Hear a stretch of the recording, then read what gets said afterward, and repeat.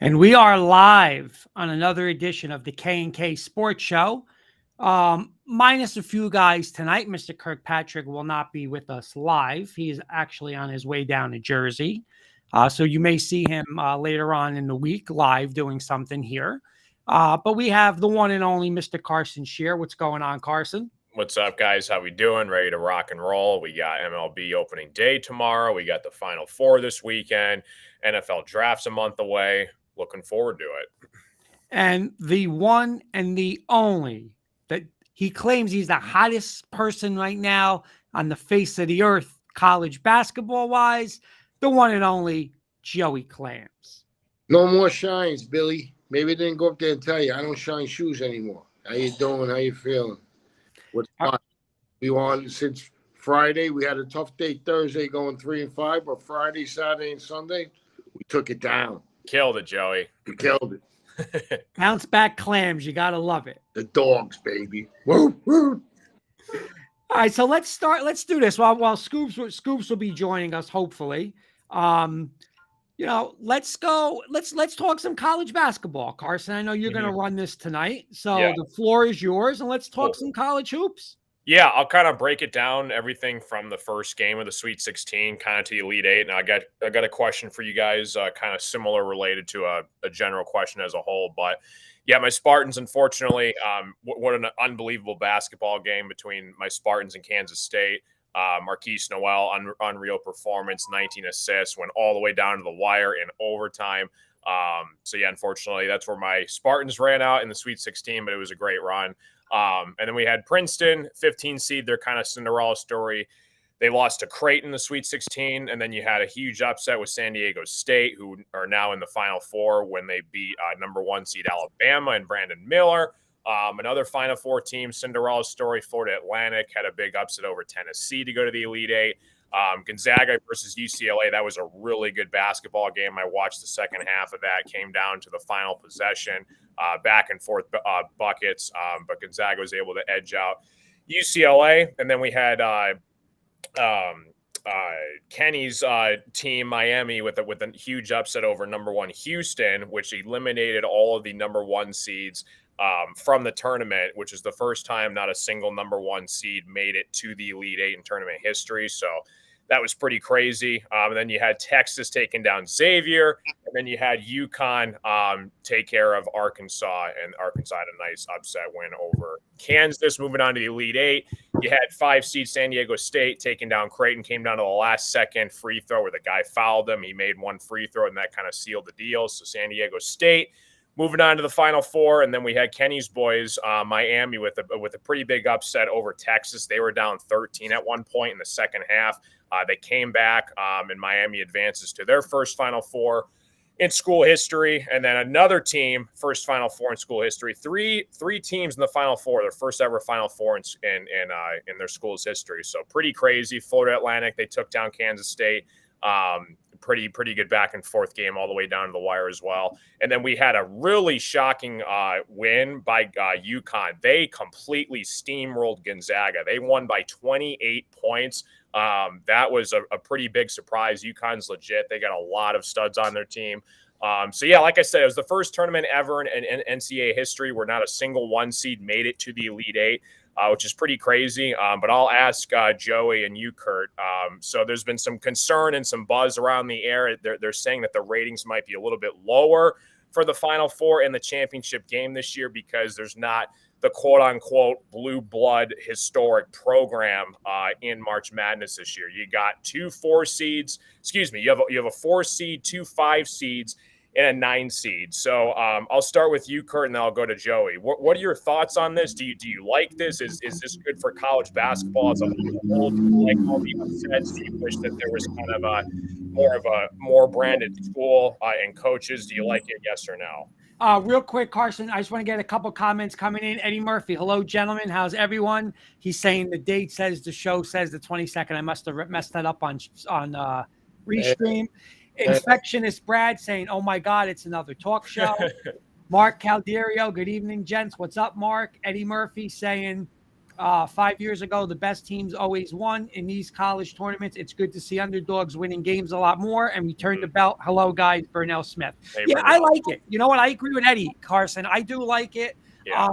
Again, my team didn't even make the tournament. That's a whole nother story. But I like it. And I got to say that Michigan State, Kansas State game, man, was just an unbelievable game. The Kansas State FAU games I think these games have been fantastic. And I like it. I don't have to see it to be Duke and Kansas and Villanova. It's more interesting to me, and I'm fired up to watch it. Cool. We'll go to Joey and then Ryan. What are your guys' thoughts on the way it's shaped out? Hey, yes. How you doing, boys? I'll get used to it because with the transfer portal, these schools get recognized. Hey, Florida Atlantic, look at that conference. And there's 3 tournaments going on. You know what that conference is? 17-1. There's 17-1. You know what? You're going to start not looking at the name brands anymore. Hey, Carson, besides your team, the Big Ten was overrated. You know that, too. Mm-hmm. Yeah. I mean, Wisconsin last night went 13 minutes and the last 13 minutes and only scored 3. The game stayed under 115. They couldn't score. I mean, come on. What's going on over there? Change it up. Yeah. And you know what? With the transfer portal and all these mid-majors playing, there's a lot of good teams out there. A lot of good players that can't get into the blue blood schools that go there. And now you know what you're seeing? You're seeing older kids that are men that are playing now. It's not the one and dones. Good point, Joey. That's that's what happens. You got grown men playing it. It's going back to like the old days with UNLV and Georgetown, 4-year guys, 5-year guys, redshirters that are they're not going one and done. So it's a different game, and I love it. Nice. It's great. It's one of the best tournaments so far. And I just want to say UConn was our big player of the tournament. We had them for 10 units in the game, and we had them 5 units in the first half. It was a boat race, ice cream. Carson, we got a good point, and we can get to this later on with a good question from Eddie. 2 things. He's saying he loves a good underdog story, but he's saying one thing I disliked when the kid from FAU tried a 360 dunk against Fairleigh Dickinson when they already won the game. Kid needs to learn some class. Go ahead, Carson. Yeah, no, and I thought karma would kind of bite him in the rear end in the Elite Eight, but I guess the story will write itself. I'm not a huge fan of that when you have the lead, that they basically take the defense off you. I mean, the game's over, and you kind of have to throw a little bit more of excitement in the mix. So I'm not a fan of it. I agree with you, Eddie. But I mean, we'll see what happens. I think karma's might catch up to him, so we'll see. I'm the opposite on that. You know what? We're not here to make friends. You know what? I don't want to be your friend. Right in your face, baby, facial. And here's another thing. They were using a different ball, and it was real slippery. You could see it on layups. Balls were coming out of easy layups. Balls were sliding off the glass, sliding out of their hands, and they couldn't get a good grip with the threes. Mm-hmm. Ryan, what do you think on this? Do you like it, seeing all these crazy upsets, or do you wish that there was more blue-blooded schools in the Final Four? I like a little bit of a mixture, but I like that these little guys are getting recognized because they can play ball. Their conferences are good. That's a good basketball conference. They're 17-1 right now, that conference. Mm-hmm. Big schools been getting knocked out. I mean, come on, look at Purdue. You lose to a team, you lose to a JV high school team they lost to. I mean, they didn't have a guy over 6'7" on the team. And you got 3 guys the Jolly Green Giants, 7 foot. It's embarrassing. They should be ashamed of themselves. But there's a lot of good teams. You see it now. Everything's on TV. You watch ESPN. You watch those mid-major games. It's good basketball. Mm-hmm. What you think, Ryan? Okay. So I think that look at this contextually. I think also last year we had a final run at the end of the March Madness that was a lot of blue blood schools. So I think the contrast of having that and then having this, I think it works really well. I think that I am able to appreciate this even more because of the way that things finished up last year at the end of the March Madness tournament. So now seeing teams like San Diego State, seeing teams like, I mean, obviously for my bracket purposes, I'm not happy that Houston got annihilated, but I think that in terms of the fan experience, I like the contrast of the fact, that you see last year. It's like, okay, those teams were like the teams that you expect to see in, and people got to have that experience. And now it's like, okay, so last year was the teams that everybody's used to seeing in, and now we're getting a bunch of guys that nobody's used to seeing in. We're getting the San Diego States. We're getting the, FAs. We got, I think that it makes me appreciate it even more based on what happened last year. And I'm going to circle back to something that Joey Clam said. How you doing, bud? A couple, excuse me, a couple of moments ago, in terms of the dunk at the end of the game. I used to think like like Carson was saying before, but now as I've gotten older, I'm of the mindset where, you know what, if they don't like it, play better, go after them. This is their opportunity.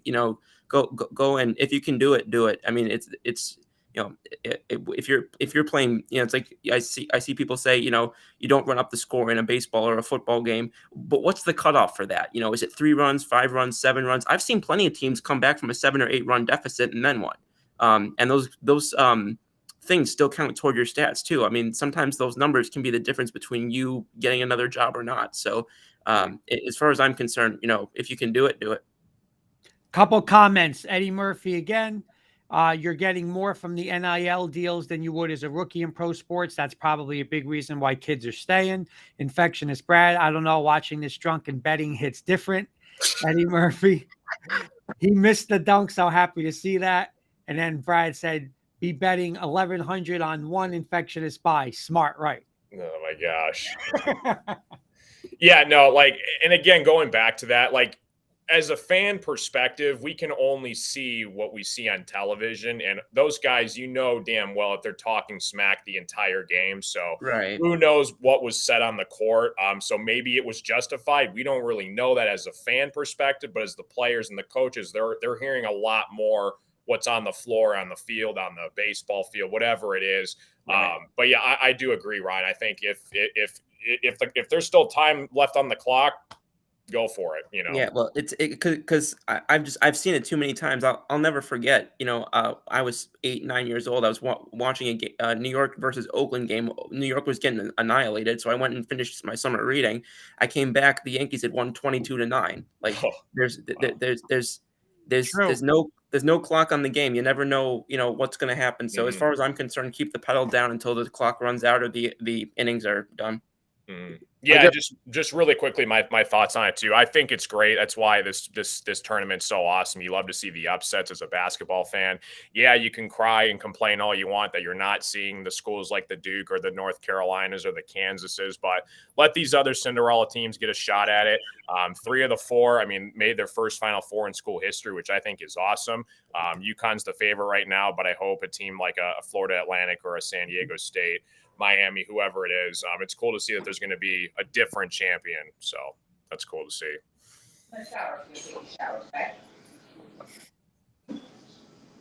Hey, can I piggyback on a quick story? Sure. Talking about running up the score. There was a time when Buck Showalter was a rookie manager with the Yankees, and they were playing the Tigers. And they were up 5-0, and he squared around the bundle of his runner, took off a second. And Sparky Anderson was going wild. He was going nuts, screaming at Buck. It was the 7th inning, yelling at him. That's Bush League. You belong back in the minors.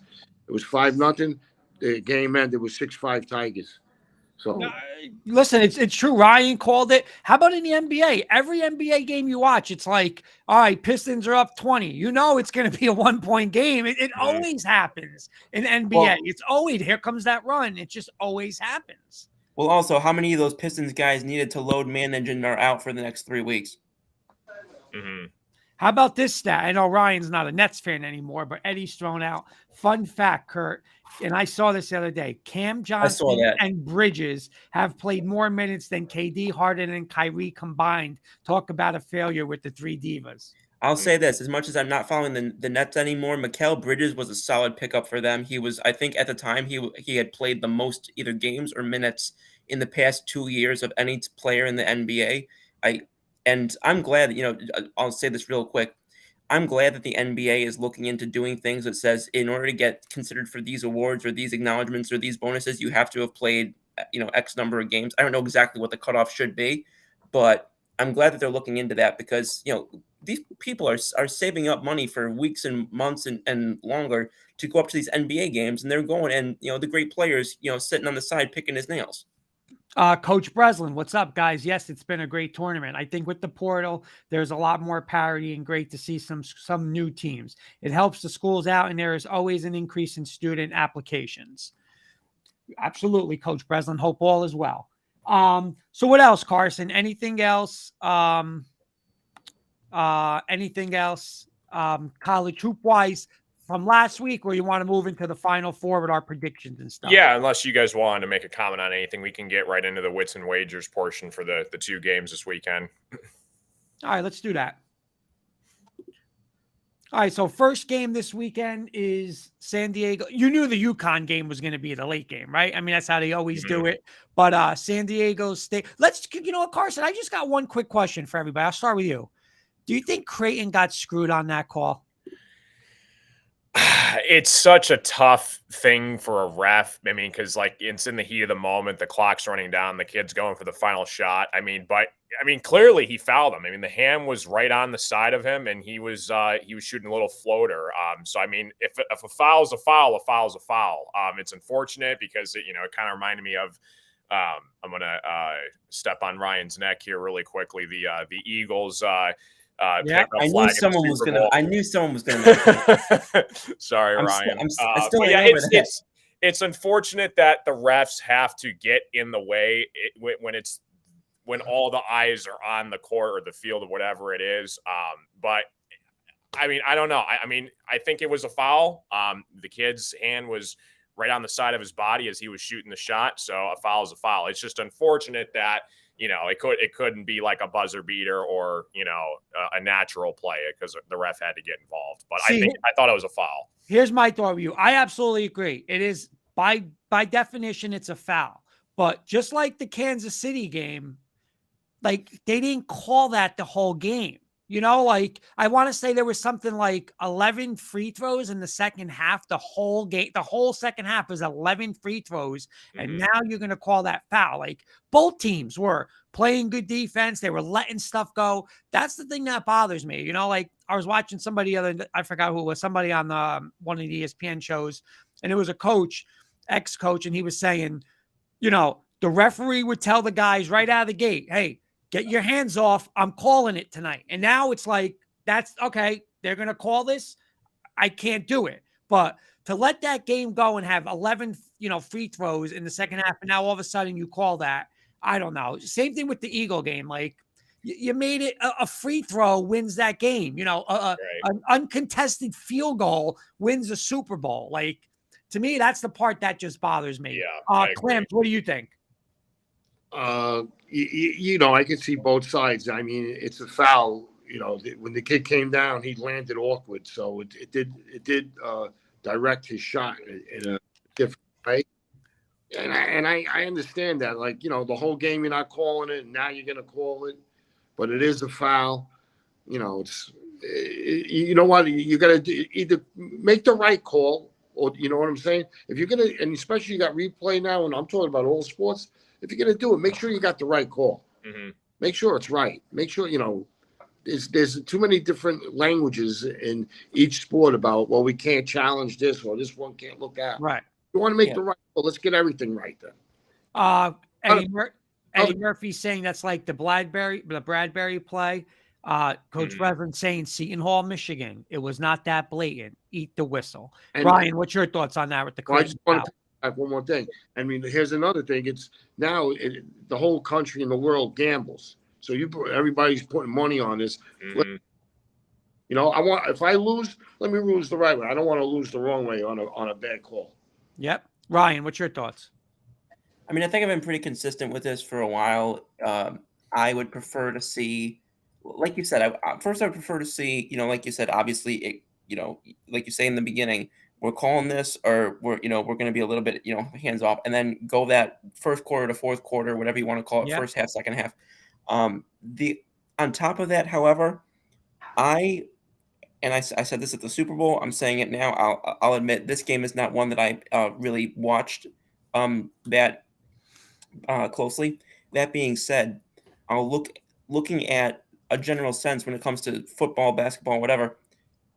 I would rather see my players decide a game than an arbitrary call. Now, if it's a blatant, like, a guy's like reaching in and, he's obstructing the whole contest of the shot or whatever, then that's a different situation. Or if it's like something like that can be a technical, then that's obviously a different situation. But if it's something like that, I will always have an issue with a call deciding a game if it's not a call that, one, has been consistent throughout the game, and two, really affects the actual flow of the game, if that makes sense. It does. All right, so let's do this. Let's get to Final Four this Saturday, 6:09 p.m. I'll start with Clams. FAU, everybody's darlings, versus San Diego State. San Diego State is a 1.5-point favorite. Over under 131.5. Clams, where are we going? I already played at San Diego State on the money line. I laid 118, and I went under the 162 or 161.5 in the first half on this game. But even with the point, what are you using right there? 1.5. 1.5. This is a game. It's whoever takes the last swing, the last punch is going to win. It's coming down to that.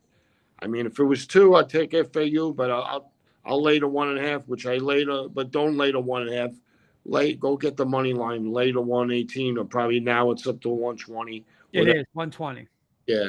So, do that. I like San Diego State. They guard the 3 good, where FAU has a real threes, and that's what their forte is, 3 points. I think with the slippery ball and a different ball, and now you're going to be playing in the dome, that first half is going to be under. Their shots are going to be way off. It always is when at the Final Four. It's always sloppy in the beginning because you're playing in a wide open dome. You're not playing in a closed arena. So I like San Diego State, the Aztecs, to reach the championship game. And there's Mr. Kirkpatrick chiming in. Look at this group of future legends. Good evening, everybody. He's taking San Diego State. What's up, Mr. Kirkpatrick? What's up, Kenny? I will go next, Clams. I'm with you. I'm going to take San Diego State. I'll say this. I respect the hell out of FAU.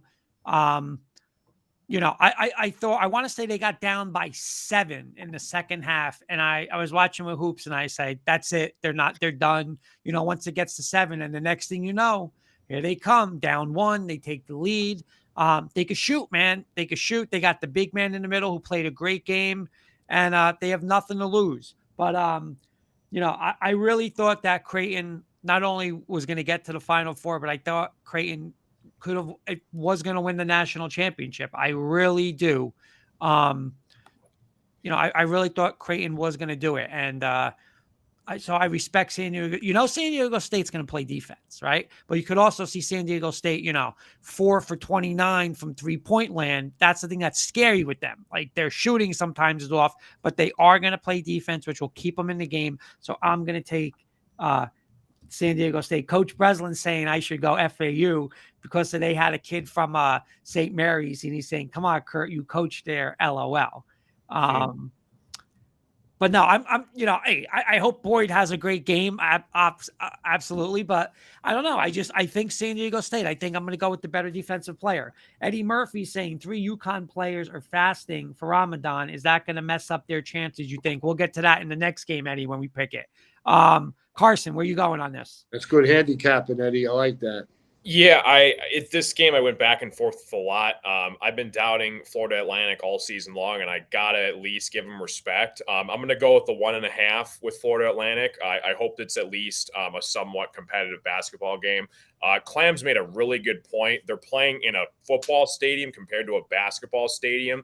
Kind of an interesting fact, when the NBA had their bubble COVID year, the players were shooting the lights out because their depth perception changed because there wasn't as many distractions. That's going to play a big part in the Final Four because the depth and the visual area and appeal around the basket is completely different compared to playing in a basketball arena. So I like the under with Joey's point that he mentioned too.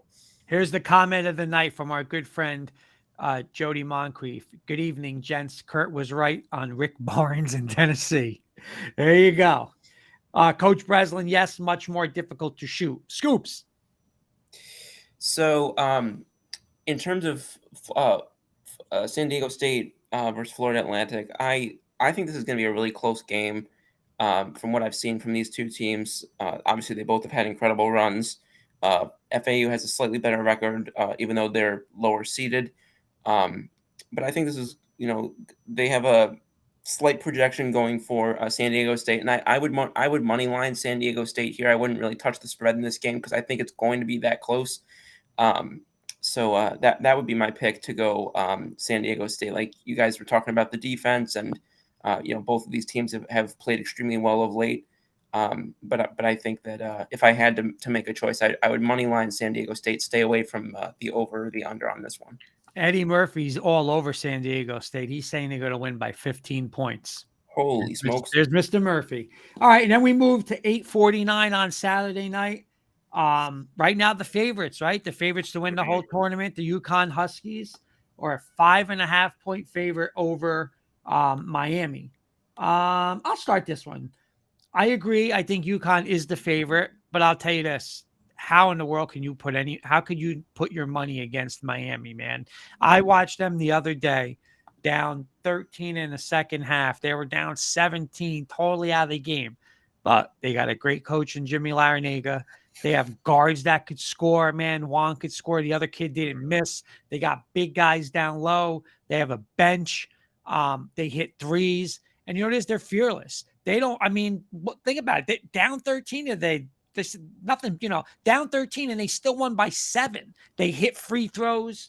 I'm going to take Miami. I really am. I think UConn is the most complete team, but I just think Miami again, it's a guard league, right? It's all about guards here. And I think the Miami guards are going to power them. I'll take the 5.5 points. Carson. Yeah, I'm with you, Kurt. Again, UConn manhandled Gonzaga. That was really impressive in the Elite Eight. Again, though, there's something about this Miami team. I got to ride with Kenny's boys. I'm going to go with the 5.5. I think it could be a similar situation, like you said, Kurt, where they could be trailing by 10, 12, 14 points in the second half, but they get the backdoor cover. Final four, emotions are high. I like the 5.5 with Miami. Scoops.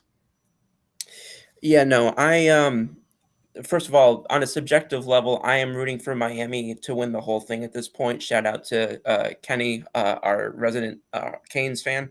I am rooting for Miami to win the whole thing. However, from a betting standpoint, I would lay the points with the Huskies. I think that they have, they're the favorites for a reason. I think that they have a deeper lineup. I think that they'll be able to be more battle tested for the different matchups that they can get put on.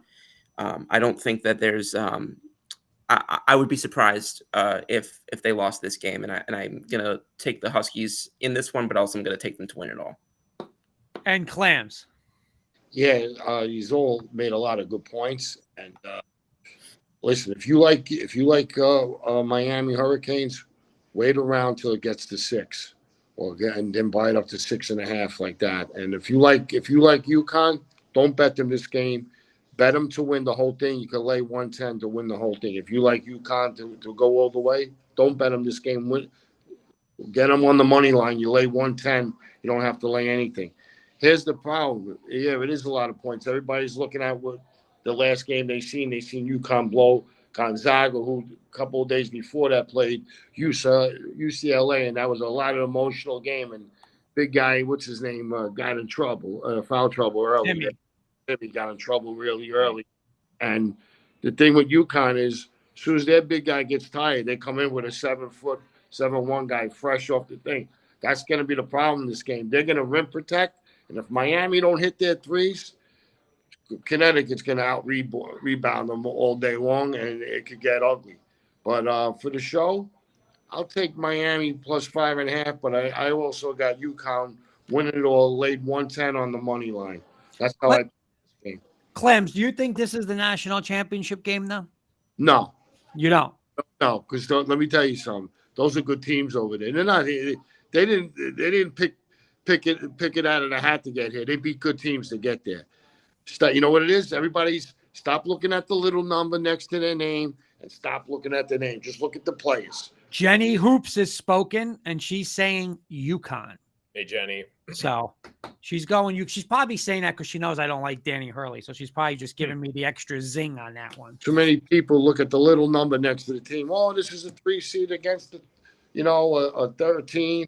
Stop looking at the little numbers. If you watch these teams play during the year, there's a lot of good basketball. San Diego State is a good basketball team. Clams, FAU they won like 35 games or 36 games. They're legit. They're legit. It's good. So, Carson, anything else hoop-wise? No, it's cool to, like I said, it's cool to see different teams in the Final Four. I like it as a basketball fan. Yeah, the ratings might drop a little bit, but let somebody else get a shot at the title. So I like it. All right. Moving on. Tomorrow, another big day. Obviously, opening day for Major League Baseball. Nice little card with a bunch of games tomorrow. And we're going to get our baseball guy. We're going to go Scoops. I know you want to talk a little bit. You're going to do like a 4-part question, 2 on the Yankees, 2 on the Mets. Then we're going to make some predictions. So the floor is yours, Scoops. Sounds good. So yes, as y'all know, tomorrow is MLB opening day. Been having this. Oh wait, we got one more. I'm sorry, I don't want to cut you off. One more comment from Hoops. UConn is definitely legit. They were very strong and impressive at the start of the season and then cooled off. They seem to have returned to their early season form. So there's Hoops giving her thoughts with UConn. And Eddie, I've watched more college basketball this year than ever because of all the underdog wins. Good point. Okay, Scoops, MLB time. So yeah, tomorrow, MLB opening day. Been looking forward to this for a while. Yankees Giants is one of the opening games, and luckily Aaron Judge is going to be on the right side of that. I know I could go back and forth with Kurt all day long on Aaron Judge. He is the best player in Major League Baseball. I'm sorry, the last 3 years, that's just factually, statistically correct. Going into tomorrow, obviously, some news broke earlier in the week that the Yankees starting shortstop is not going to be who everyone expected coming into the spring training.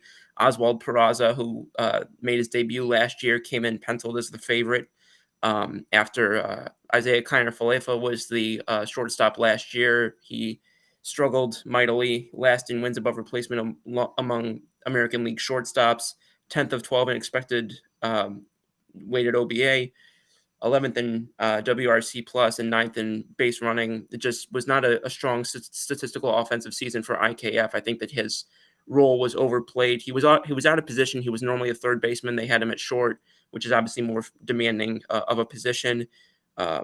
Body-wise, he was not used to being a 162-game player, and that was kind of the level at which he was put into last year. So I think in some ways the Yankees did not use him in the way that you can maximize his value.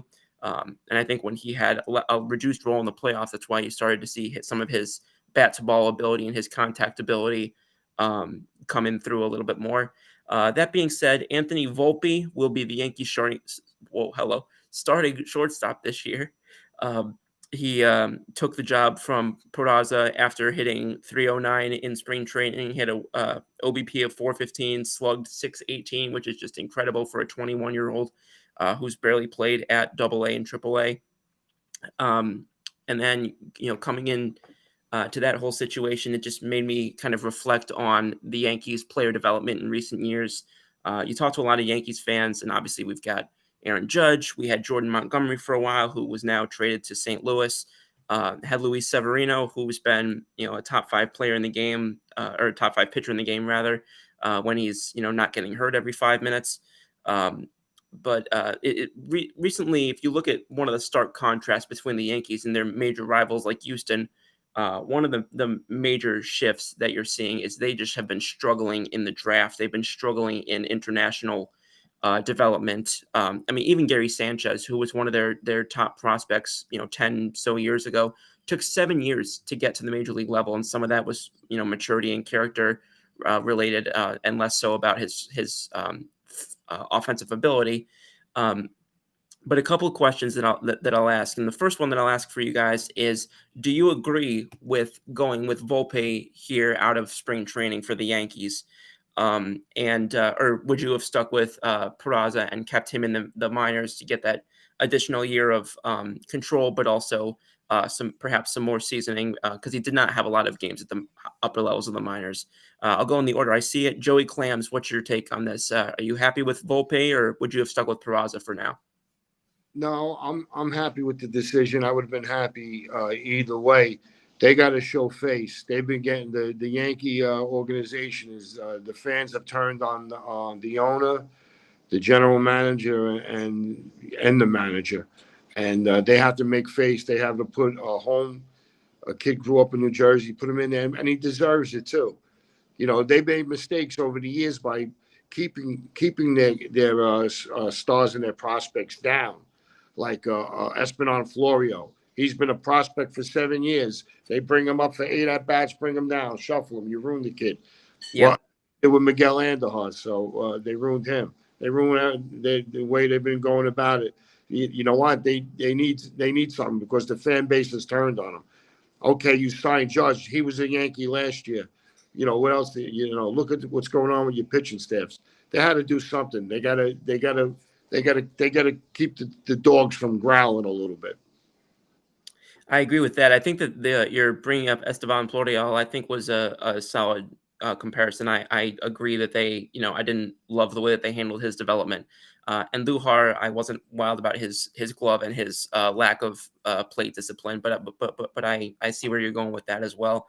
I'll kick this one over to Carson. Carson, I know you're not a Yankees fan, but from 30,000 feet, what did you think? Did you agree with them going with Volpe if you were a Yankees fan, or do you think that it should have been Peraza and let Volpe rock a little bit more in the minor leagues? Yeah, I think at the end of the day, you got to trust whatever your general manager and your manager and your coaching staff feels is best, and they believe that Volpe is the guy that can take the responsibility and take the mound on opening day. So I think as a Yankees fan, you got to trust what Boone does. I know that can be questionable at times, but I think you got to rock with whoever they put out there. I'll be honest with you, Carson. I'm one of the few Yankees fans that is actually very much behind Boone and is thinks that he gets a lot of unnecessary crap sometimes. I am a Boone guy, but I appreciate that. And Kurt, first and foremost, I don't know what you had in your dinner tonight. Oh, for God's sakes, now what? But please don't compare Ohtani and Aaron Judge. Just please don't do it. It's night and day. Ohtani is the face of baseball. He's the best player in baseball. And I got a question from Kenny, which I'm going to get to in a couple of minutes. But number two, Volpe, it's time. And Clams nailed it. This front office from GM and manager have been an absolute disaster.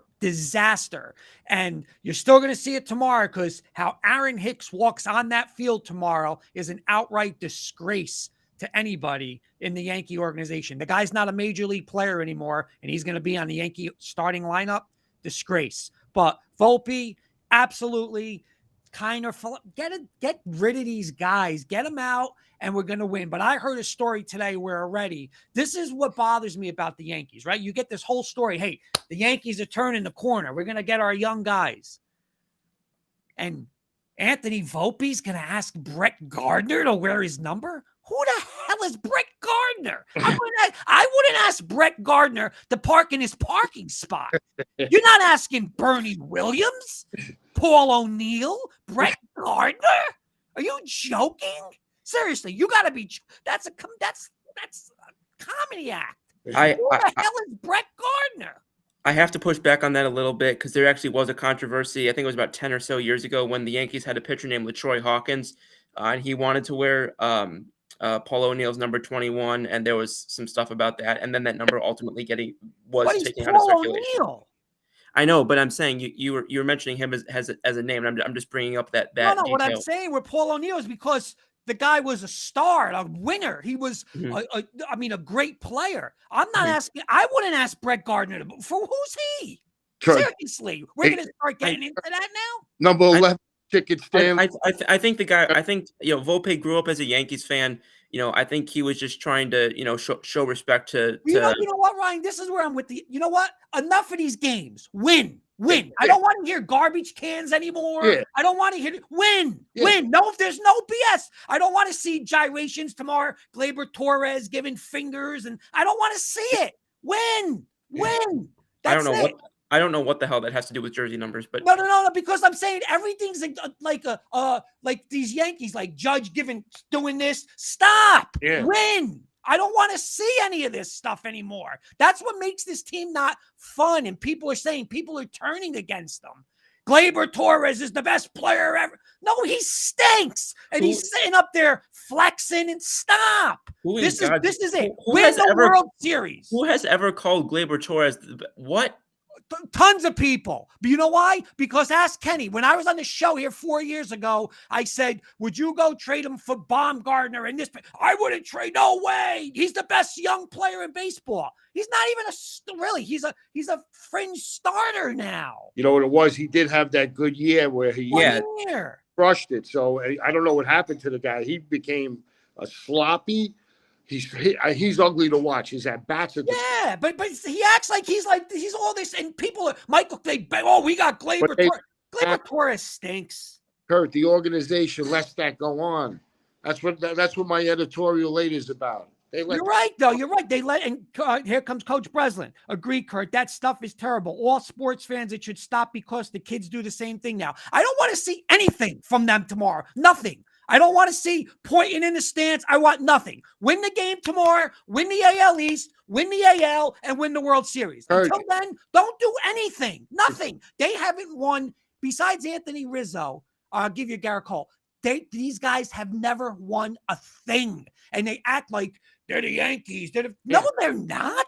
They're not. They haven't won anything. Hey, Kurt. I'm saying I'm fired up. It's true. Somebody said to me today, oh, did you see the video of when they told Volpe and his family that he was coming to the big leagues? They says, no, I don't want to see that. Yeah, exactly. Who cares? Who cares? And every team's doing. Or you were going to show the guy from the Pirates that did that? Who cares? Congratulations. Now go produce on the field. But we're going to call Brett Gardner. That's comical. All right, real quick. I got a question for all you guys. And real quick, because Kenny's asking me, Kenny wants to go. If he asks me, we got to get this in. I'm going to start with Carson. And we're going back to Ohtani. Mm-hmm. Kurt, I have a question for everybody. Angels offer, and we'll get into this because Ohtani is going to be on the market. Because if he don't stay, they're going to have to trade him. Angels offer Ohtani to the Yankees, but they want Volpe, Dominguez, and Gill. 3 prospects for Ohtani. Carson, you sending all 3 of them out and bringing Ohtani in? Yep. No questions asked. Me too. I'm signing it. I'll put the video on. Volpe, thank you. Give your jersey to Gardner and give me Ohtani. Clams, what are you doing? You got to do it. It's a lefty. You're talking about a lefty he'll hit 65 home runs every year at Yankee Stadium. There's another thing. Where's your lefties, buddy? Clams. Eddie Murphy saying 100 out of 100. Are you sweeping the board? Please say you are. Scoops. I love every single player in that offer, and I would personally drive them to wherever they're going to get Ohtani. There you go. And I want to correct what I said earlier. I apologize. I meant to say just hitter Aaron Judge. Of course, Ohtani is the best player in baseball. Breslin saying, yes, they will show that in Pittsburgh. LOL. Kenny saying Carson's having fun. I was getting fired up. But no, honestly, I'm serious. When I heard that today, I really thought that was a joke. Like, who is Brett Gardner? I mean, I understand. If he's calling for Bernie Williams, yeah, Bernie Williams. Out of respect, Washington's quarterback, God rest his soul, Dwayne Haskins, did that with Joe Theismann. It's but it's a Super Bowl quarterback, Joe Theismann. Joe Theismann is a champion. He's a champ. I mean, he won MVP. Brett Gardner has a World Series ring too. Yeah, so does Gerald Hayes. What the hell did he do? He got a free ride. He got a ride. Come on. All right, next one. Scoopsy, I'm fired up tonight. Go get him, big fella. Go ahead, I don't know what happened between last night at 10 p.m. when you called me and today, but it's like I heard the thing with Volpe today about Brett Gardner. It fired me up. I loved it personally, but I'm giving you tough love there, Spider. You know what? Because you're a Yankee fan, but you're soft like the Yankees. You got to get hard like me, like the old days, Billy Martin. That's all. Yeah, wait till my editorial in a little while. You'll see. Couple of things. Kenny saying, boys, great show. I have to run. Check out Carson and I for episode 2. Let's talk Friday. Late night pending. Eddie saying, I love fired up Kurt. Yeah, you got me fired up, Scoops. You did with that. No, You ain't even a Yankees fan. You're more pissed off than I am. Fired up. All right, sorry. Go ahead, Scoops. Part 2. Hang on. I got to get back to my screen now. Did I screw you up, Scoops? I lost track of where the hell I was. Okay. I hope on Friday nights you're not on the phone with Kenny, that you're out, bird dogging and in a convertible. You know what I'm saying? I hope you're not on the podcast with Kenny. I hope you're out there. Who? Did he say that Kenny's got a show on Friday nights? Yeah. Oh. All right. You should be out bouncing. Coach Breslin, Kurt, pretty soon there will be a +1 number because there will be no numbers left. Yeah, well, I've talked about, the fact that the Yankees retire numbers too much. I'm glad that they're not retiring 11. Frankly, I wouldn't have retired a couple of other numbers, but that's a whole other story. And now my other question is looking at, where they're at right now regarding the current roster construction. Obviously, they've got, a couple of guys like Bader, Trevino, guys that are going to take their first, full season in pinstripes. They've got guys coming back off of down years like Josh Donaldson. Excuse me, sorry. Now, if you're going into the rest of this season, because obviously they got a litany of infielders now. They got Volpe, they got Peraza, they've got IKF still, they've got Donaldson, they've got LeMahieu, they've got Torres, they've got Rizzo. I could, plenty of guys. If you're looking this year and you've got Peraza, Donaldson, LeMahieu, Torres, those are the 4 guys who can play middle, and you can even throw Cabrera in there if you want. Those are the guys that have spots in the middle infield. These guys they're not going to have enough room for all these guys. So obviously I think we can all agree that Donaldson and IKF are the first 2 out the door. If you have to take one of or 2 of Peraza, LeMahieu, and Torres for 2 of those spots, who are you keeping? And I'll go to Joey Clams next first. And who do you got at shortstop? Well, that would still be Volpe. But I think, don't you think Peraza is a better fielder than him? I do. I long term would put Peraza at shortstop, but that's just not the way that they're going right now. You want me? That's what I want to do. Can I do that, or you want to keep Volpe at short? If they're both in the game, Peraza is the shortstop. I agree with that. What I'm saying is who loses a spot if it's got to be one of Cabrera, Torres, or LeMahieu? The thing is, the Yankees think that Donaldson should have been a Gold Glove last year. They said he should. You heard that? I agree with that personally. Do you? I thought he was a butcher the way he threw the ball from third to first. Rizzo saved him a lot of times. He threw the ball away a lot. He doesn't cut the field off that good anymore. A lot of balls got through the 5-6 hole. I'm not happy with him at third. Gleyber Torres, I don't want him on the field, so that takes him right out. Okay, so Anna Felipe, he's got to go. Yeah, no, I think IKF is what does Eddie Murphy say? Peraza, Volpe, Rizzo, and DJ should be the infield. You know what? I like that. I agree with Murphy. I do. Yeah. You know what? I do. You got DJ at third, Rizzo at first, Volpe at second, Peraza at short. That might be exactly what I would do. Time out. Listen, DJ LeMahieu is not a third baseman. He's not. He's a good platoon third baseman. He's like a jack of all trades and a master of none. Maybe he's a good second baseman. At third base, he throws the ball away. He's not sharp at third base. Well, if you're gonna roll with a collection of players that they have right now, I mean, you can obviously go and get a third baseman at the deadline. But if you're gonna roll with the guys they have right now, I think that the best third baseman, if you're not including Donaldson, the best third baseman is probably DJ, and if not, it's probably IKF. Because IKF, that's his natural position is third base. Third during the spring at all? How did Volpe look at third? Volpe, I didn't see him play third that much at all. Okay. I agree with Clams. I don't know how Carson's going to feel. I'm getting Torres out of that group. Sounds good. You know, it's disappointing because Torres, when he first came up, I think it was 2018, he had a fantastic year, especially offensively. And it's just, I don't know if it's his injuries or what's happened, but he's kind of just I become know more what of it like a slightly above average. I know what it is. What's up?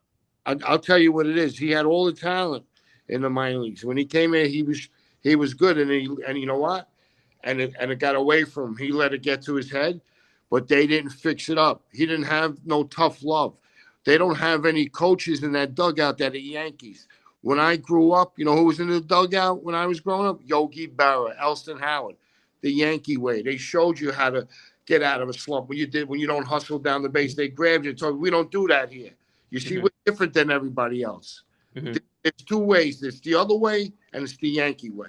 And That's actually. And they let guys. We got 5 minutes because we got to get to predictions. Sorry. So we got 5 minutes just to finish this segment up. So go ahead, Ryan. Sorry. Do you want me to go to the Mets now, or? Yeah. You can ask him back. Yeah, we're just gonna do it in 5 minutes. We'll ask you say what you got. We'll ask a question for everyone, and then we'll get to predictions because I know I got Kenny's predictions. I want to make sure we get that in tonight. Yeah, I got you. I'll circle back to this point later if I have time. But shifting over to across town, the New York Mets, Steve Cohen and company. So obviously this offseason they saw a pretty big transition when they watched Jacob deGrom go out the door and go to Texas, and they brought in Justin Verlander, who had spent the last several years in Houston after Carson's guys traded him. Looking at what they have now, obviously Verlander at his best may not be as high as deGrom has hit at his best. However, he's obviously been more reliable in terms of injuries and such. Do you think the Mets are better now with Verlander over deGrom, or do you think that they were better with deGrom over Verlander? I'll go the same order I've been going. Joey Clams. You know what, deGrom, he was great. But he missed a lot of time. I don't think they lose a skip or a beat with it. I think it's either the same, and I'll go Verlander. He won, right? He knows how to win, so. He's got guts. They all do. I can't say nothing bad about you. You know what I mean? Yeah, no, I got you. Fair assessment. I'll go over to Carson. Aside from your Detroit ties with Verlander. Yeah, no, I gotta represent my guy Verlander. I think he's the better overall guy. Again, like you said, he had injuries last year with Tommy Johns, but I think the Mets are definitely better with I think the Verlander Scherzer duo. Again, I've seen it before with the Tigers. I think that's going to be lethal in this Mets pitching rotation. I keep forgetting those two guys both pitched at the same time for Detroit. I don't mean Me to. too. I don't mean to rub salt in the wound, but I can because of what you said earlier to me. How in the hell did y'all not win a World Series with that? Yeah, rotation? well, it's funny you said that, Ryan, because that entire starting rotation when we got swept by the Giants in the World Series is now a World Series champion on other teams. That entire rotation: Porcello, Verlander, Scherzer. I think Sanchez was in there. Fister, I want to say, just ridiculous, crazy. I still don't know how Porcello won a Cy Young award, but that's another topic. Kurt, Carson, I got a question for you about this because again, I forgot Scherzer and Verlander there. Is there a little of like sour grapes, like when you are going to have to watch them and be successful on the Mets, or is it like I'm still going to root they were my guys, they were Tigers, or a little? I don't want to use the word jealousy, but like I wish that was us. Yeah, 100%. I mean, we went all in. I mean, that team was stacked. We had Prince Fielder, we had Cabrera, we had an insane pitching rotation, an unbelievable bullpen. I mean, we swept the Yankees that year in the ALCS, and then we just get demolished by the Giants in the World Series. So it's unfortunate to see because I think that's the closest you're ever going to get to bringing a World Series with the Tigers. But I don't think there's bad blood between Verlander and Scherzer. They always hold a special place in my heart for sure. So I'm happy that they're both World Series champions on other teams. Wish it was with the Tigers, but I'm happy for them. Our good Carson, friend you Albert mentioned Knoppers is saying, "What's going on? What's up, Albert?" And to answer you, Ryan, what's up? you know what? I'm going to be honest. I just think it's a very hard question because personally, if you said to me, DeGrom, Verlander, and Scherzer, I think any two of those three is the best 1-2 punch in baseball. So any way Right. they went with those three, I think it would still work for them. But I guess I guess availability is what is that? How do they say? What's the word? The best Something. ability is availability. And Yeah. And so I that's mean, exactly what I was about to say. that isn't false, right? I mean, it is No. true with DeGrom. So I mean, I guess listen, Carson's seen that combination more than me, so I'll take his word. If he says he thinks they're going to be better off with him, I'll go with that. Mhm.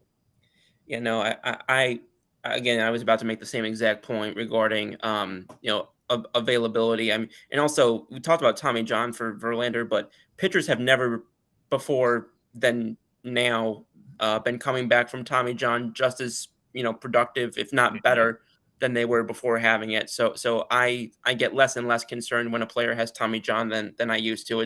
I think gone are the days of John Lackey 10 years ago when he went from a number 2 starter to being an albatross in Boston. And then my next question, this is kind of a more general one, but it'll be a good segue, I think, into talking about predictions. Is do you think that the Mets have done enough to close the gap on the Atlantas, the San Diegos, the Los Angeles and company, the Phillies, who just won the National League? Do you think that the Mets have closed the gap and are now the team to beat in the NL, or would you have liked to see them do more with either the lineup or the bullpen? Same order as always. Joey Clams, what you got for me, Paisan? It's going to be a dogfight. They need a big bat. They need a big bat from the left side in the middle of that lineup. After Alonso, they need a little more pop. And now they got a big question mark with their closer. They had a shot. The National League is really is going to be tough because the Padres. I'll tell you, the Dodgers are taking a step back. I bet the under 95.5 wins on them. I went under there. Dodgers are taking a step back. Padres are powerful. The Cardinals are always good. The Braves pitching staff is good. The Braves are good. Philly's got some injuries, but it was the Mets. But I think they'll be right there. And listen, this owner, if he's got to go get somebody, he's going to go get it. Don't worry. If you're a Met fan, don't worry. You'll be there at the end. I completely agree, and I've been singing the praises of Steve Cohen for a while, so I'm glad you mentioned him because I think that he's fantastic for baseball. I think what's bad for baseball are the Pirates and Castellinis of the world that are out there saying that you can't afford a $7 million player. Kurt, what are you thinking on all this? I agree I agree. The Diaz thing definitely hurts. I mean, you take the best reliever in baseball. He was just dominant. But like Clam said, and this is why I think it's the difference, and you'll see in my predictions where, if Ohtani's on the block, they're going to give up whatever they got to give up, and it's where I think the Dodgers will.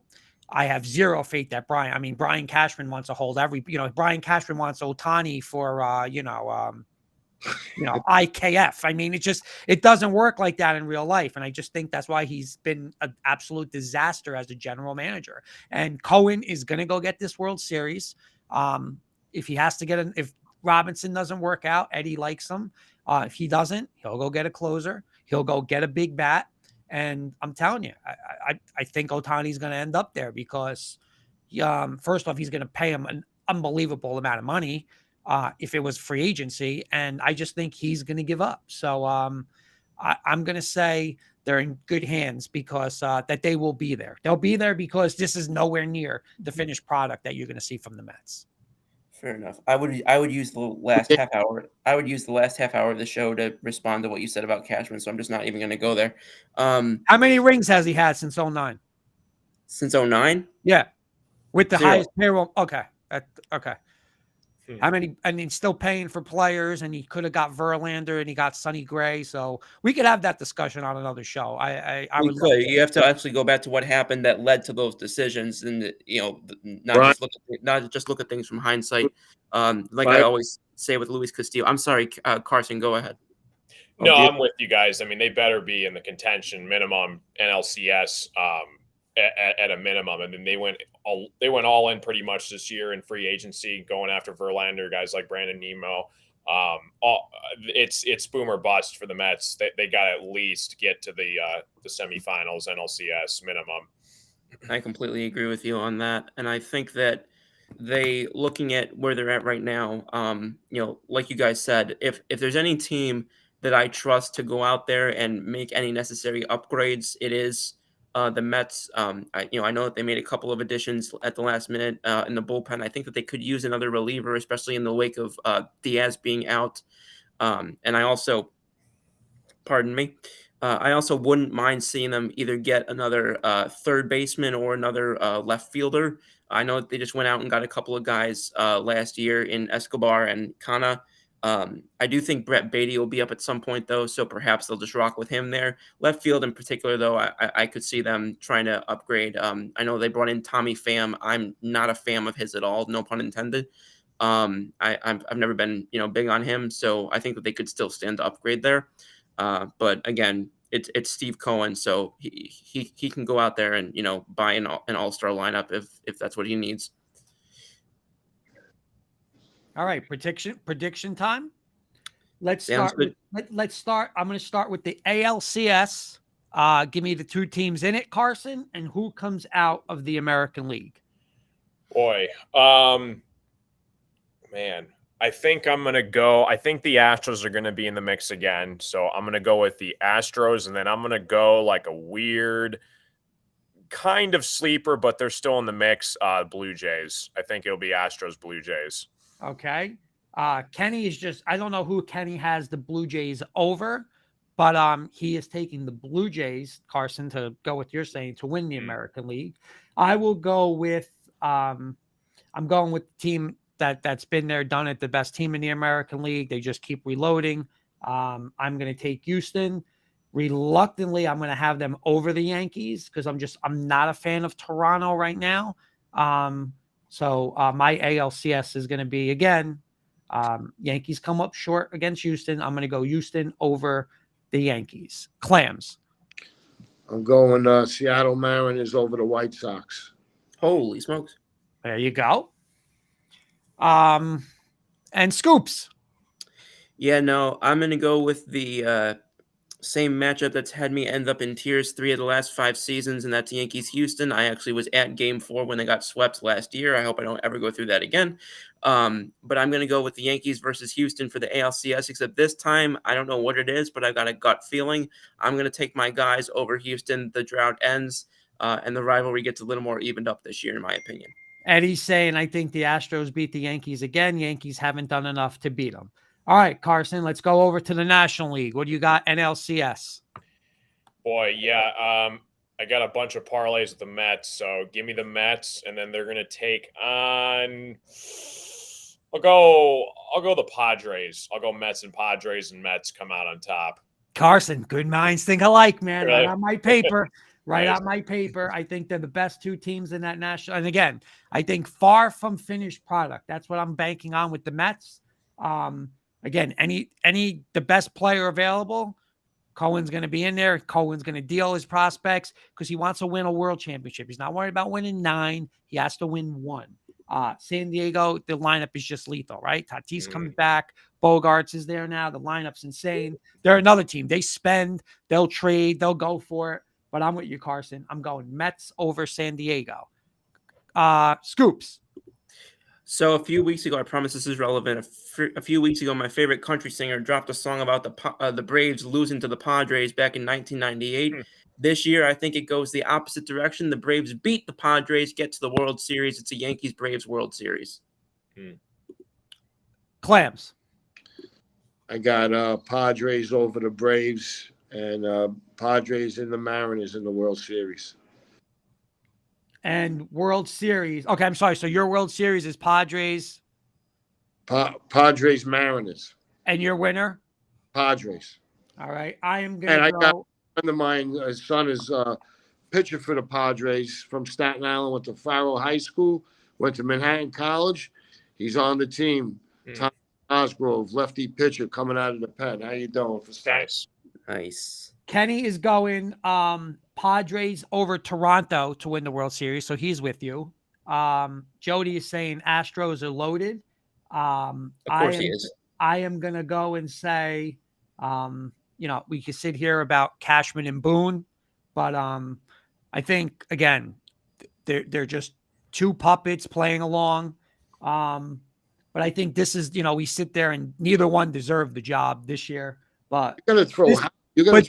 this Clams is what's going to put them over the edge. Where just everybody in this town is going to turn on them when the New York Mets win the World Series over the Houston Astros. When Steve Cohen and the Mets are very close to taking this town over, and when they do, that Steinbrenner is going to have no other option than to get rid of Boone, get rid of Cashman, and start over because he can't allow this the Mets to be running this town, and it's probably going to happen this year because they're a better team. So I'm going to go Mets over Houston. Carson, your World Series. Yeah, I'm with you, Kurt. I got the Mets going over the Astros. I do like that that value, Joey, with the Mariners. I think they're 20-1 right now to win the World Series, so those are pretty good odds for them. Long shot.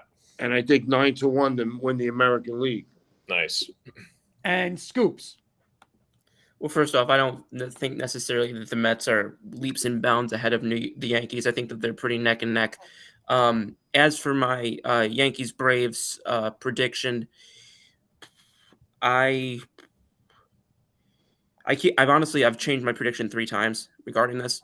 I'm gonna go put the pipe down, Kurt from Ed Murphy. That's funny.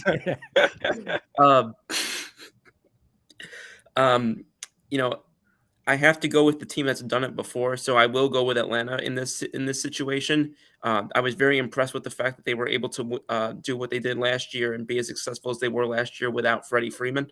That being said, no, I got to go with Atlanta, but I think it's going to be a 6 or 7 game series. I don't think New York goes down quietly. All right, and real quickly, let's go around here. AL MVP. I'm going the obvious. I'm taking the best player in baseball, Ohtani. Kenny is taking Guerrero Jr. Scoops. Ohtani. Carson. I'm going to go Ohtani, but I'd be curious to find out what Julio Rodriguez's odds are for MVP for the Mariners. He's a stud. You read and Clams. Read my mind. Remember that? You're taking Rodriguez? Nice. That's what I picked. I'm going with Julio Rodriguez. Do you know what the odds are on him, Joey? Huh? Do you know what the odds are on? I can check it right now. Okay. Yeah, I think he was around 20. Or it was 30, and then it started dropping. Okay, yeah, I'll throw a couple bucks on him. Breslin saying I agree, Carson. I vote for him as well. Nice. Jody saying Yonder from Atlanta. I'm sorry, from Houston. Let's see if I can find player awards. MVP, he's plus 900, Rodriguez. Wow. Okay. Plus 900. He was 30-1 about 3 weeks ago. Damn. All right, let's go Cy Young, Carson. Cy Young, AL. Boy. AL Cy Young. Give me come back to me. I'm looking at some players right now. All right, I'm going to start this off. I'm going to go with a long shot here. You guys are taking a Mariner to win the MVP. I'm taking a Mariner to win the Cy Young. I'm going Luis Castillo. I'm taking Castillo plus 1,600. Clams, you with me? Yeah, I was just going to tell you that. Eddie's saying Cole. Scoops. If Luis Castillo wins the Cy Young, I'll never hear the end of it from Kenny. But in terms of Cy Young, I've gone back and forth on this one a couple of times as well, but I'm gonna go Garrett Cole. I'm gonna go Garrett Cole on this one. And Carson. Yeah, I'll go the favorite, DeGrom. New town, new city, new team. I'll go DeGrom. Kenny's going DeGrom. All right, let's go NL MVP Carson. Give me Tatis. I think he has a bounce back year, and he redeemed himself. Jody's going DeGrom for Cy Young. I'm going to go with his teammate. I'm going to take Juan Soto. Back full season now in there. He's going to have people in front of him, people behind him. I mean, they got to pitch to somebody. I'm going to go Soto. Clams. I got two of them. I'm going Manny Machado. He's at 12. Everyone's taking a Padre here. and I got another one. I got Nolan Arenado at 12-1 with the Cardinals. That's a good one. And Scoops.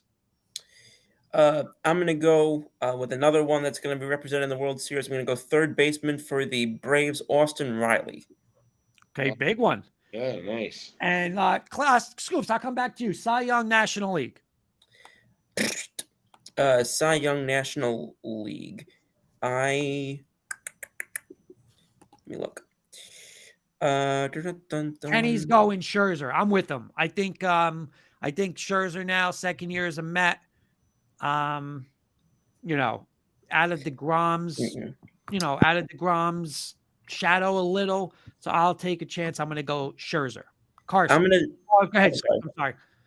I'm going to go a little bit different. I don't know if y'all saw this about a month ago, but the Milwaukee Brewers have a pitcher who is a little peeved with the team right now after arbitration. Corbin Burns going into free agency soon.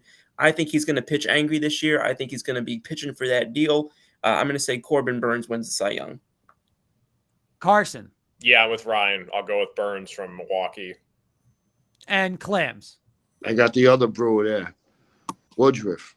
Plus Woodruff. 2,000.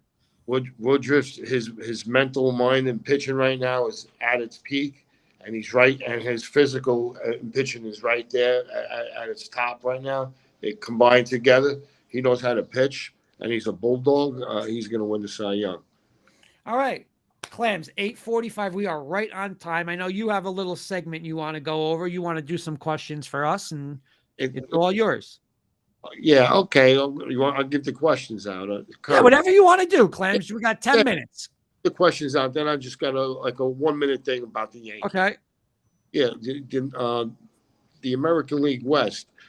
The Astros has been having a big hold on it for a long time now. You think a team like Seattle could challenge them because they made them the playoffs last year? They played them tough for 3 games. We're in the lead for 3 of those games late in the game and lost all 3.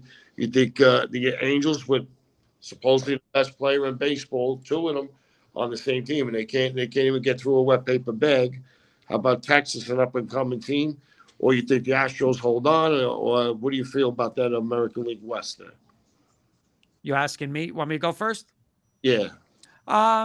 You know what, Clams?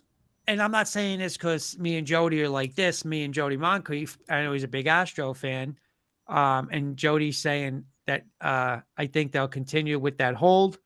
By the way, Eddie's saying I like Clams is out of the box picks. He's going to have to watch the show again and put some money down. But you know what? I think the Astros, to me, are almost like the Mets with Cohen, right? Like every year, like they don't I'm not going to say they don't value their minor league, because obviously they do. Pena coming, but they'll go get somebody if they have to do it to compete. And, they'll give minor leaguers if there's another starter, or there's somebody, another big bat. Seattle's a nice little team. I never trust the Angels. Ohtani. Trout's always hurt. Trout's another guy. This guy, he's the best player. What has Trout ever won? Him and Judge together, they could put them together. You keep them. But anyway, I do. I think they keep the hold. Again, the Astros, this isn't going to be the team you're going to see at the end of the year. They're going to add on. They always do. They're still the most talented team in the American League. So I'll stay with the Astros. And you think they could get 2 teams? They had 2 teams last year that come out of the playoff stage. You think they could get a 3rd team in there? You think Texas, with all them signings, you think they got a shot for a wild card? I don't know. I think they got a shot, but I don't know. I don't trust. You're banking a lot on DeGrom staying healthy and pitching a whole season. So I'm going to say no. Again, I think Seattle could be a wild card team. So I'll say 2. Hey, Carson. Yeah, I'm with Kurt. I think the Mariners, they might even take the title right now. I think plus 360 I'm looking at for the AL West odds right now. Houston's the favorite, minus 185. So maybe throw a couple bucks in the Mariners. I really like their story, what they did last year. I think they're building. We talked about Rodriguez. And then going back to what Kurt said, the Angels got to figure this out. You have the two of the best players in the world, and how have you not done anything with them? And No playoffs, right, Carson? They I never don't made the believe playoffs, so. did I they? think Ryan would have a better knowledge. I don't think they've won a playoff game, Ryan, have they? Trout went to the playoffs once. Okay. He Yeah, I mean, they got to figure it out, or you best believe Ohtani's going to be out of there. So Angels got to do something, minimum a wild card appearance this year. If they don't, they're in trouble. But I'd lay a couple bucks in the Mariners to win the division. What's up there, Spider?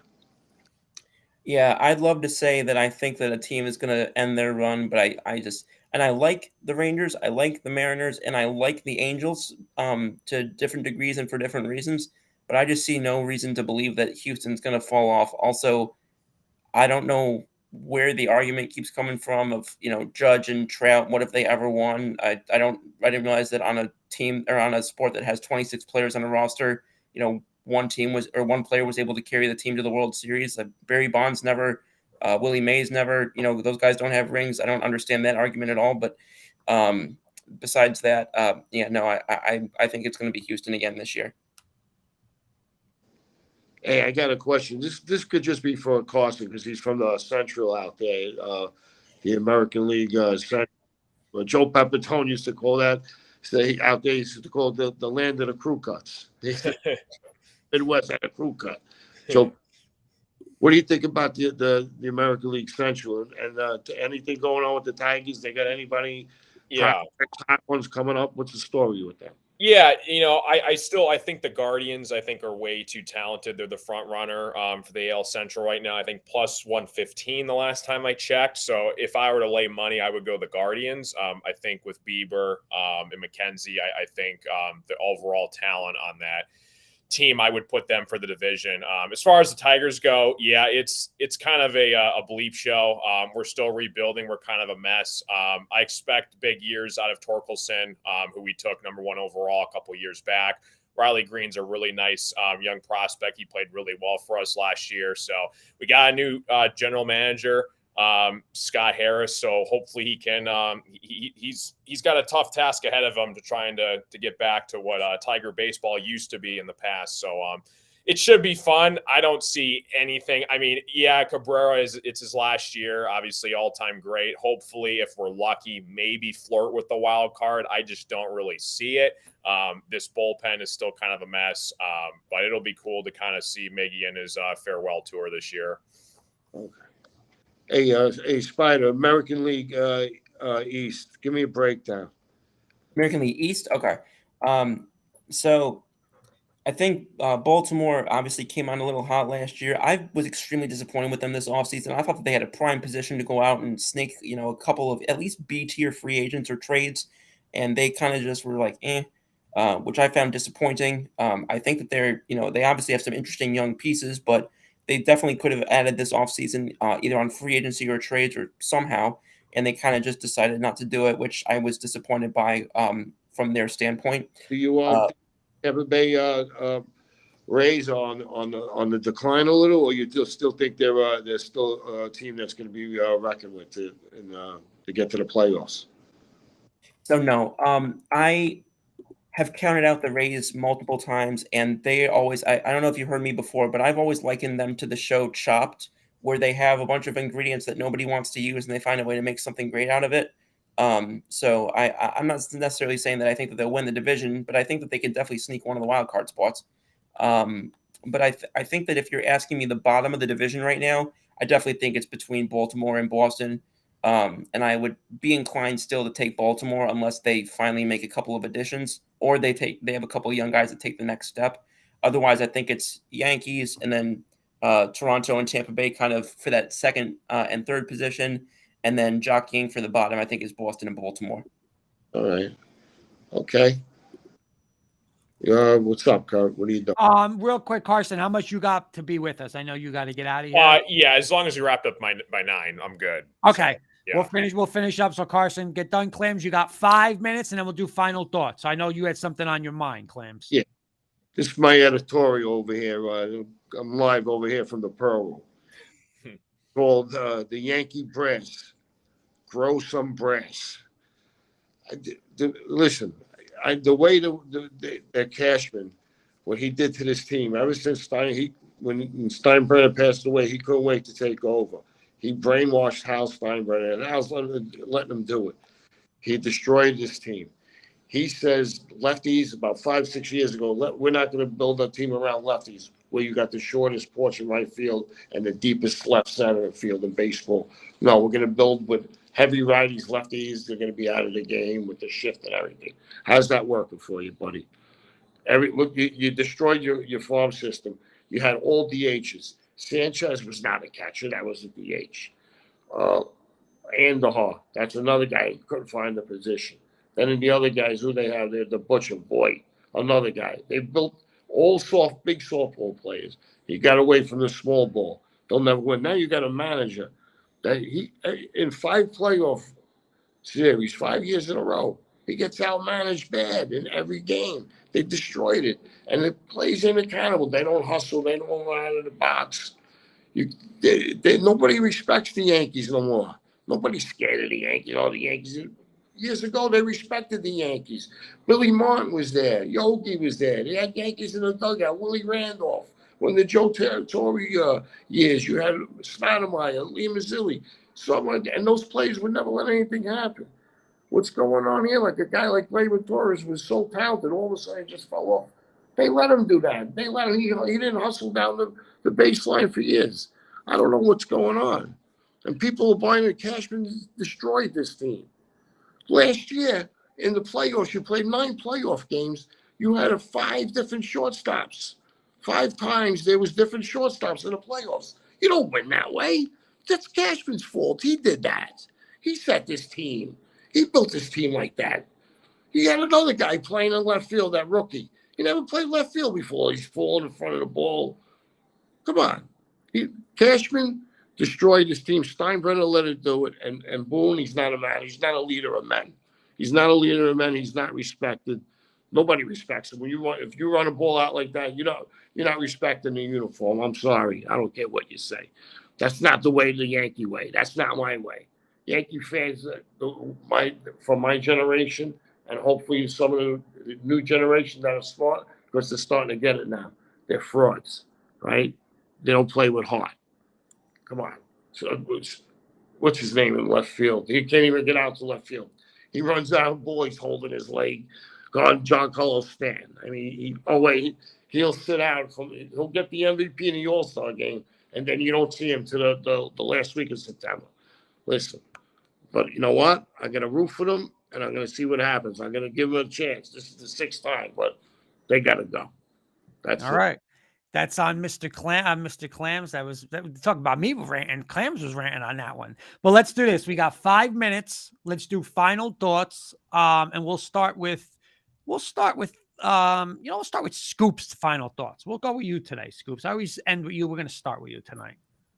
Sounds good. Guys, obviously a very exciting and energized show as always. Cannot wait for tomorrow. I was excited to see Anthony Volpe go from 77 to number 11. I don't know if y'all ever see it. I wear the number 11 around my heart. I wore number 11 playing baseball. So that was kind of cool to see him take number 11. Loved Brett Gardner when he played, and I'm sure I'm going to love Volpe from everything I'm seeing. I can't wait for tomorrow. This is the year we avenge Houston. This is the year that my buddy Josh Espinoza and Jody Moncrief and all the Houston fans, this is the year that their reign comes to an end. I hope y'all had your fun. We got a full year of Bader. We got Rizzo and Judge back for the long haul. We got a Trevino coming back for his 2nd year. We got Donaldson here, who's going to have to come back from his down year last year. We got Peraza coming up at some point during the season. I'm looking forward to Did he call you to make sure you were okay with using the number? Oh, God. Well, I guess if we think, what's the difference? Scoops, I mean, Gardner, what did he bat? 220. I mean, Scoops, what'd you bet and what I We- bet? They didn't ask me. He We didn't ask still me if he we could still wear using a betting we still using betting averages at I don't know 2001 what again. we're asking him. I mean, I don't know. Is it 2001 again? It might be. That being said, Yankees Giants. We knew Aaron Judge was going to be playing in this game for a while, and I'm glad it's going to be on New York's side. I'm looking forward to having an exciting season, and we'll see how it all goes. But let's go Yankees. All right, I'll be short and quick. Again, Yankees, none of the gyrations. Win. Like Coach Breslin said, win it. No signals, no flexing, no giving elbows, pointing to the stick. Win the division, win the ALCS, and win the World Series. If they don't, it's a complete and epic disaster. Again, like Clam said, Mets, again, just 100% confidence because Cohen will do whatever he's got to do it, whether it's minor leaguers or pay the money. But that's baseball. Enjoy your baseball. But I'm just worried about my New York Knicks. Julius Randle got injured tonight. He is not returning with a sprained ankle, but I will be pumped up in 3 weeks because these New York Knicks have a legit chance in the playoffs. So go New York, go New York, go. Carson Shear. Yeah, great show tonight as always, guys. Looking forward to baseball season. We'll see what the heck my Tigers whip up. The over-under was, I think, 68 wins this year, so that's really amusing to see. Hopefully, we're building something. You got to go over that, right, Carson? You got to go over that or no? I don't know about that.